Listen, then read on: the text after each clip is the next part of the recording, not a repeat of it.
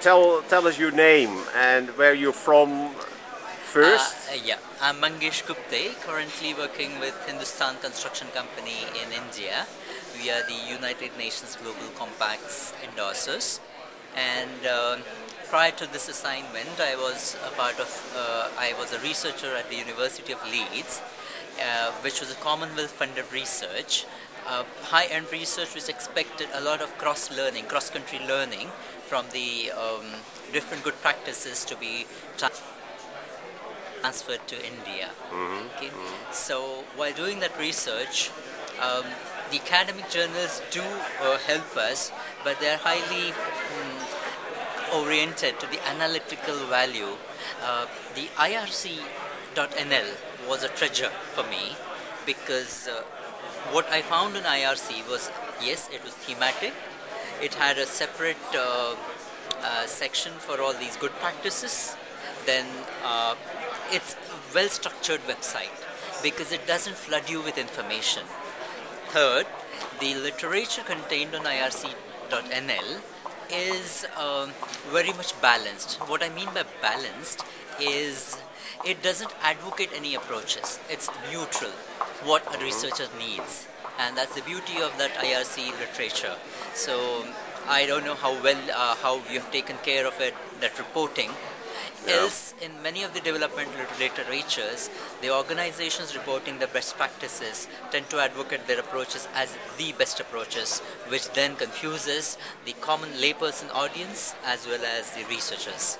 So, being unbiased, being categoric, being very synoptic in expression are a few of the strengths. The search is quite okay, but it needs to improve a bit because it was quite okay for last 3 years before, but now more and more search engines would probably give you better return results. So those are the strength points. Did you do the research from Leeds, or did you do that in from India? No, I did it in Leeds. You did it Leeds in University. Leeds. Okay. Do you remember certain of the titles of maybe of the books that were particularly useful for the research that you were doing? Especially the small scale water supplies book. Yes, that's one. And then you had a lot of literature on small towns, particularly. Yes. One good point which I actually forgot to mention about IRC resources is it's unbiased in terms of its geographic coverage, the scale coverage. It can speak of the largest scale concessions to the smallest scale interventions. So that's what gives a very good range. In that period, how often did you visit the IRC.NL site? Almost thrice a week. And now you're working for this UN compact? Although the frequency has reduced, the quality of results which I use and implement has increased. It's about once in a fortnight now. Once in a fortnight. Are you subscribing to our newsletters at all? Yeah, I've recently actually subscribed to the newsletters. And one more thing I'm actually in process of is many of the researchers then tend to seek my advice on my research experience and learning, where the first port of call I refer to is IRC.NL. Do you, with how many people do you share this information in the work that you do for the UN Compact? Sorry? With how many people do you share this information in the function that you're now?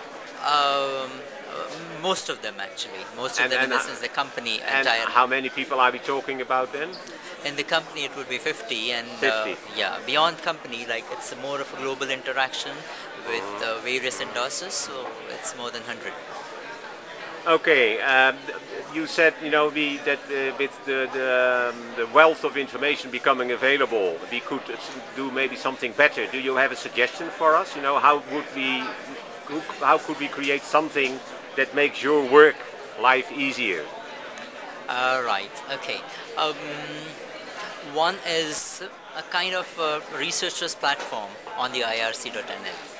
The researchers platform. That's an interesting suggestion. Possibly, when a person enrolls in the university, can log in his or her keywords on IRC.NL researchers platform, and possibly then there would be an upward communication.